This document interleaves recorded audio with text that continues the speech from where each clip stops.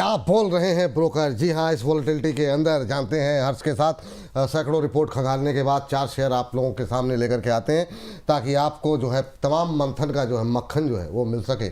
और उसके बाद से हमारे 2 एक्सपर्ट, इनमें से भी किसी को मना कर देते तो वो फाइनल मोहर जो है वो हमारे एक्सपर्ट ही लगाएंगे। लेकिन हर्ष के पास चलते हैं पहली कंपनी समझने के लिए। हर्ष बताइए जी। डिलीवरी सबसे पहली कंपनी है यहाँ पर, और अगर आप डिलीवरी को देखें तो HSBC की जो है वो रिपोर्ट आई है यहाँ पर, और HSBC ने होल्ड की सलाह दी है यहाँ पर और कहा है 500 के यहाँ पे इन्होंने टारगेट्स दिए हैं। सबसे पहले इनका कहना है कि जिस तरीके से वेस्ट एशिया में जो तनाव बढ़ा है उसके बावजूद अगर आप देखें तो बहुत ज़्यादा स्टॉक में डाउनसाइड नहीं देखने को मिला है। भारत में अभी भी जो फ्यूल प्राइस का जो बड़ा असर है वो नहीं दिख रहा है, ये रिपोर्ट में कहा गया है। कंपनी पहले भी कॉस्ट प्रेशर है वो संभाल चुकी है, तो इसमें यहाँ पे कंपनी एक्सपीरियंस्ड है यहाँ पे, और आगे भी बहुत ज़्यादा इम्पैक्ट होता हुआ नहीं दिख रहा है यहाँ पे। शॉर्ट टर्म में डिमांड जो है वो मजबूत बनी रहेगी यहाँ पे, बेहतर वॉल्यूम इसका कारण है यहाँ पे, और साथ ही FY28 में अगर आप यहाँ पे कामकाजी मुनाफा देखें तो इनका मान के चलना है कि 2% तक बढ़ता हुआ दिख सकता है। चलिए ये बात है। अंबाला मैम क्या भी हुआ आपका जरा इसको डिलीवरी को लेकर के। इस बीच ऋतु जी लिख रही हैं, विपुल सर आपको 3000 व्यूअर्स का घमंड हो गया है, आपने सवाल ना लेने की कसम खा रखी है। प्रिकॉल पे आपको 1 बजे सवाल जवाब का इसका टाइम है, रचित जी रहेंगे उनसे पूछ लेंगे। इतना दबाव मत बनाया कीजिए, मेरे लिए थोड़ा मुश्किल हो जाता है। अंबाला मैम क्या सवाल रहेगा, क्या टिप्पणी रहेगी आपकी डिलीवरी को लेकर के? मैं खुश हूँ इसलिए क्योंकि डिलीवरी 305 पे खरीदा था विपुल जी, और अप्रैल 2025, और आज फिर से 1 साल बाद हम लोग अप्रैल में जब हैं तो 500 रुपए तक के टारगेट मैंने दिए थे, 340 से अप टू 500, 1 साल का व्यू था, हो गया और थोड़ा सा बचा है, हो जाएगा। मतलब मुझे उसमें कोई गुंजाइश वो नहीं लग रहा है। तो मैं ये बोल रही हूँ कि 500 के टारगेट 470 पर आया, इसलिए हंस रही थी कि 500 के टारगेट अब दे रहे हैं। Very very positive. हाँ, ये थोड़ा लेट आते हैं मतलब जो है, और 5 रुपए ऊपर कई बार तो ऐसा होता है कि सब आपकी तरह नहीं है ना मैम, मतलब ठीक है वो ठीक है, बट हमसे ज्यादा रिसोर्सेज है इनके पास में। They are more resourced, more intelligent I think. But ये तो आपका बड़प्पन है कि मतलब आप उनको बड़ा इंटेलिजेंट बोल रहे हैं, ये आपका बड़प्पन। आई मीन बड़ी बड़ी डिग्रियां हैं, बड़ा बड़ा एक्सपीरियंस है, बड़े बैच लगे उनके साथ में। But what I am trying to say is कि हैप्पी अबाउट दैट हमारे इन्वेस्टर जो हमारी इक्विटी डेस्क है उसमें 500 का टारगेट आया नहीं है। समय हालांकि नहीं, लेकिन रचित सर कुछ ऐड करना चाह रहे हैं। ठीक है, लेट मी कंप्लीट। अभी 500 का टारगेट आया नहीं है, तो हमारे जो 1 साल के टारगेट थे वो कंप्लीट नहीं हुए। I agree with their targets. हालांकि 550 under estimated, let me complete please. 550 का टारगेट मुझे लगता है आ जाएगा, अंडर एस्टिमेट कर रहे हैं इसको। ये इस साल 550 का कैंडिडेट है, so I have extended target view. चलिए 10 सेकंड में सर कुछ करना चाह रहे हैं, कर दीजिए सर। इनको बहुत बड़ी गलतफहमी है, बहुत सारे लोगों से मेरा उठना बैठना होता रहता है रेगुलर बेसिस पे, and trust me when it comes to analysis, when it comes to reading, सिर्फ बुकिश नॉलेज होती है मेजॉरिटी के पास, एक्सपीरियंस बहुत बाद में आता है। इसके साथ साथ ही सर मौका दिया है, एक स्टॉक पे नजर डाल सकते हैं, श्रीराम पिस्टन्स। आज भाई साहब कुछ 1 बजे के लिए बचा लीजिए सर, आज समय नहीं है तो अभी मुझे बाहर निकाल देंगे। श्रीराम पिस्टन 30 लेवल्स पे चल रहा है, यहाँ पे पोजीशन बनाई जा सकती। 3360 का स्टॉप लॉस, 3430 पे चल रहा है, 3360 का स्टॉप लॉस, 3472 एंड 3540 के 2 लेवल्स के लिए इसमें पोजीशन बनाई जा सकती है। चलिए इन सबको मैं रिपीट करूंगा सर 1 बजे के शो में, थोड़ा सा मेरे ऊपर दबाव बना हुआ है, लेकिन हर्ष चलिए दूसरी कंपनी के लिए जरा फटाफट बताइए कौन सी है। तो देखिए TCS IT के नतीजे आते हुए देखिए तो TCS के ऊपर 2 ब्रोकरेज हैं, CLS से है और JP मॉर्गन है, दोनों ने आउट परफॉर्म की रेटिंग दी है। 2985 का CLS का टारगेट है, JP मॉर्गन का 3150 के आसपास का है।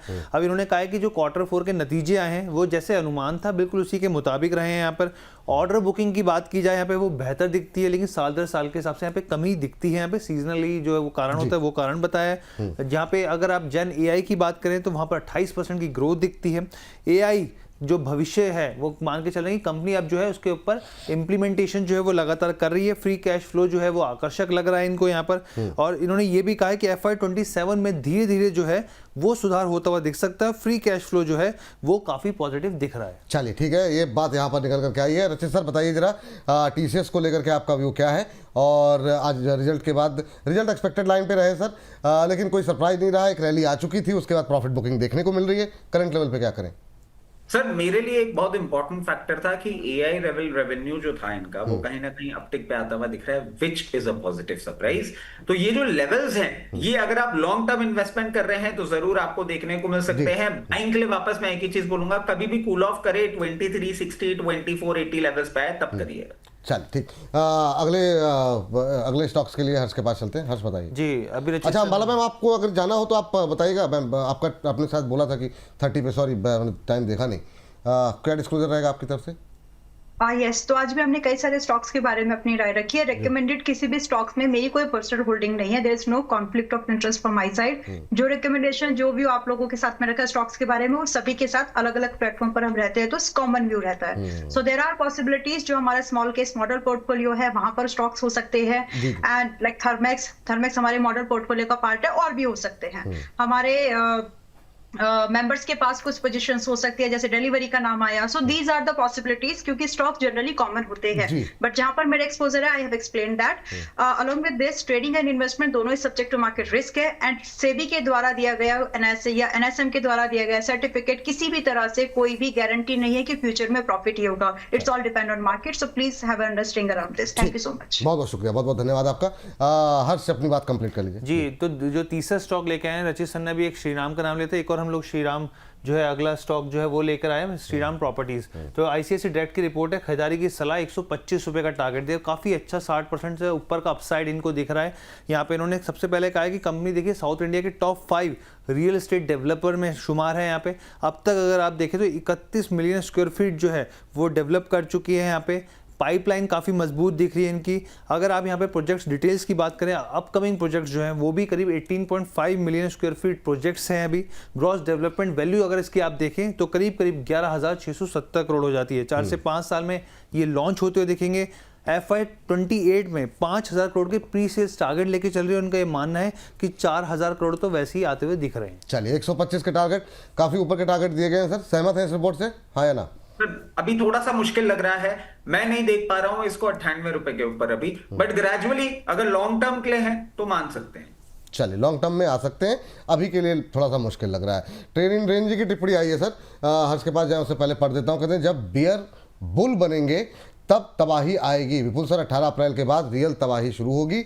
सो अलर्ट मोड ऑन कि बियर की सरकार 18 मई तक रहेगी। अच्छा रचित सर, आप मेरे फेवरेट हो, आप शो में आते हैं तो मज़ा आ जाता है। चलिए, आज थोड़ा सा उल्टा, हर बार सटायर करते थे आपके ऊपर, आज बड़ी तारीफ कर रहे हैं। लेकिन इनका कहना है 18 अप्रैल के बाद तबाही जो है वो आएगी, और उन्होंने कहा था 18 अप्रैल तक, पहले बोला था कि तेजी आएगी। चलिए ठीक है, आखिरी कंपनी जो है हर से डिस्कस कर लेते हैं। जी, JSW स्टील की बात कर लेते हैं। आखिरी कंपनी मॉर्गन स्टैनली की रिपोर्ट, खरीदारी की सलाह 1,330 के इन्होंने टारगेट्स दिए। सबसे पहले इन्होंने कहा है कि Q4 में अगर आप प्रोडक्शन देखें तो उसके ऊपर असर होता हुआ दिखा है। दरअसल जो ब्लास्ट फर्नेस शटडाउन हुआ है, और वो इसलिए हुआ है क्योंकि एक्सपेंशन कंपनी कर रही थी यहाँ पर। इसके अलावा अगर आप वॉल्यूम के हिसाब से देखें भारत के, तो 1% का दबाव दिखता है यहाँ पे। क्वार्टर जो है अगर आप देखें तो वो स्थिर है यहाँ पे। कुल वॉल्यूम की बात करें 2% जो है वो यहाँ पे जो है दबाव दिख रहा है। आगे की उम्मीद क्या दिख रही है, ब्रोकरेज ने कहा है जो इन्वेंट्री डी स्टॉकिंग है यहाँ पर, उससे सेल सपोर्ट मिलता हुआ दिख सकता है। और साथ में आगे के रिजल्ट्स को लेके एक बार रिजल्ट्स आ जाएंगे तो और स्पष्टता और क्लैरिटी मिलती हुई दिखेगी। चलिए, तो ये रिपोर्ट मॉर्गन स्टैनली की यहाँ पर निकल करके आई है। सर आपका व्यू, लेकिन उससे पहले आपके लिए एक और टिप्पणी आई है, बहुत संक्षिप्त में आपका मैं पढ़ देता हूँ। कह रहे हैं मार्केट ऊपर जाए या नीचे जाए, लेकिन रचित जी की ये स्माइल कहीं ना जाए।